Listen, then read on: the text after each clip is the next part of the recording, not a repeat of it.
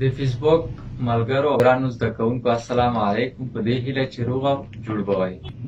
د زیاتو زده کوونکو د غوښتنې پر اساس او د کرنتین د مودې د غځېدو له امله موږ تصمیم نیولی چې د کانکور د تطبیقاتو په برخه کې هغه مشکل سوالونه چې د کانکور په ازموینه کې زیات تکراریږي په لنډو او اسانو طریقو سره په ویډیویي شکل له تاسو سره د فیسبوک له لارې شریک کړو. له درنو زده کوونکو څخه هم هیله کوو چې هغه سوالونه چې دوی په فورمونو کې ورسره مخامخ کیږي او مشکل وي دوی کولی شي چې د فیسبوک له لارې له موږ سره شریک کړي.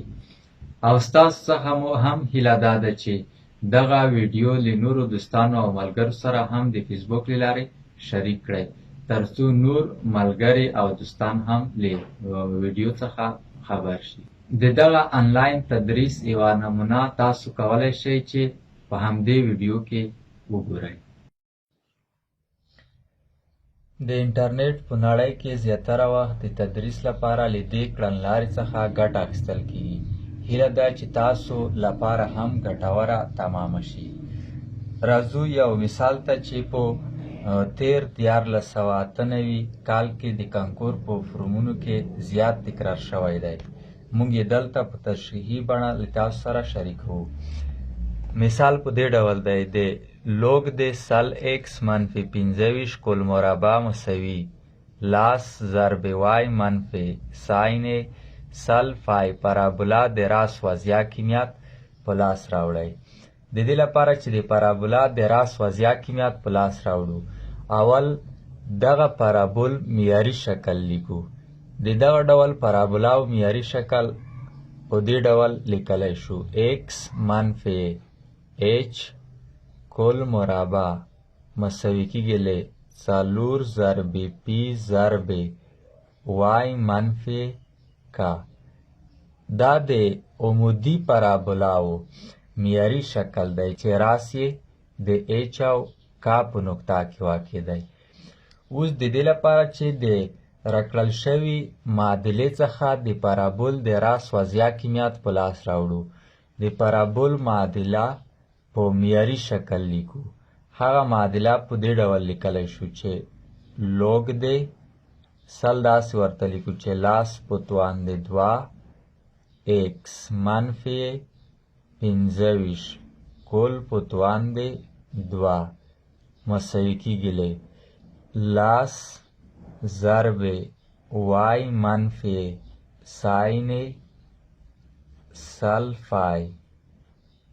که دا معادله لږ مخته یوسو لوگ د لاس مربع توان د لوګاریتم سره ضرب کوو 2 ضرب لوگ د لاس 2 خپل لیکو لوگ د لاس له یو سره مساوي کیږي. ایکس بیرته خپل لیکو 2 ایکس منفي 25 کل په توان د 2 مساوي کیږي له لاس ضرب وای منفي ساین سل فای. د دې لپاره چې راکړل شوې معادله معیاري شکل ته واړوو نو په معیاري معادله کې د ایکس ضریب یو دی نو باید دې معادله کې هم د ایکس ضریب له یو سره مساوي کړو. د دې کار لپاره باید په معادله کې د ایکس ضریب شریک ونیسو. دواړو خدونو کې د ایکس ضریب یعنی 2 مشترک یا شریک نیسو. 2 ایکس که په 2 باندې ویشو ایکس منفي 25 هم په 2 باندې ویشو 25 تقسیم پر 2 کل په توان دی 2 بیرته په خپل حال لیکو کل په توان دی 2 دا مساوي کیږي له لاس ضرب وای که لاس قوس ته ور ضرب کو لاس وای منفي لاس ضرب ساین سل فای ساین سل فای. په آخري معادله کې ساین سل فای هر کله چې له فای سره یو تام عدد ضرب شوی وي د دغو ډول زاویو د ساین نسبت همیشه له 0 سره مساوي دی. نو راکړل شوې معادله کولی شو چې په دې ډول هم ولیکو. 2 که مربع کو مساوي کیږي 4 ضرب ایکس منفي 25 تقسیم پر 2 کل په توان د 2 مساوي کیږي له لاس ضرب وای منفی د دې ifade قیمت 0 که په عدد کې ضرب کو بیرته له 0 سره مساوي کیږي. اخیری معادله کولای شو چې په دې شکل هم ولیکو 4 ضرب x منفی 25 تقسیم پر 2 کل په توان د 2 مساوي کیږي له لاس وای.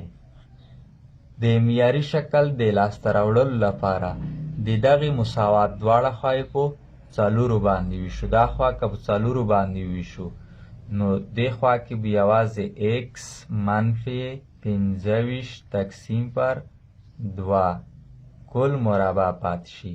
د مساوات د بله خوا دا خوا هم په 4 باندې ویشو یعنی لاس وای تقسیم پر 4. که چیرې آخري معادله په لږ ساده شکل باندې ولیکو نو آخري معادله په دې ډول لیکو چې x منفی 25 تقسیم پر 2 کل په توان د 2 مساوي کیږي. دلته که اختصار هم وکړو لاس او 4 کې په 2 باندې اختصار کوو 15 ضرب 2 لاس او 2 ضرب 2 مساوي کیږي له 4 سره. وای بیرته د ضرب شکل لیکو. اوس د دې لپاره چې دغه معادله د پارابولا د معادلې معیاري شکل غوره کړي نو کولی شو چې دغه معادله کې د وای ضریب مشترک ونیسو. دا معادله کې د وای ضریب د مشترک نیولو په اساس کولی شو چې معادله په معیاري شکل واړوو. نو نتیجه کې آخري معادله په لنډ شکل داسې لیکای شو چې x منفی 25 تقسیم پر 2 کل په توان د 2 مساوي کیږي. که دا ضریب مشترک ونیسو او یا په لنډ ډول دغه آخري خط داسې ورته لیکو چې 15 پر 2 ضرب وای منفی 0 یعنی د قوس په داخل کې له وای نه 0 منفي کوو بیرته همغه وای پاتې کیږي. وای که ثابت عدد 15 پر 2 ته ورضرب کو بیرته 15 پر 2 وای شي. اوس دغه معادله د پارابولا د معادلې معیاري شکل ته واوښتله. کولی شو چې په دې معادله کې دا د x څخه تفاضل شوی عدد ته h او له وای څخه تفاضل شوی عدد ته k ووایو. نو همدغه د h k مختصاتو ته د پارابول د راس مختصات ویل کیږي. خو باید په یاد مو وي چې په لنډ ډول د معیاري معادلې څخه د راس مختصاتو د موندلو لپاره د h قیمت د دغه ثابت عدد مخالف العلامه نیسو او د k قیمت هم د دې ثابت عدد مخالف العلامه نیسو.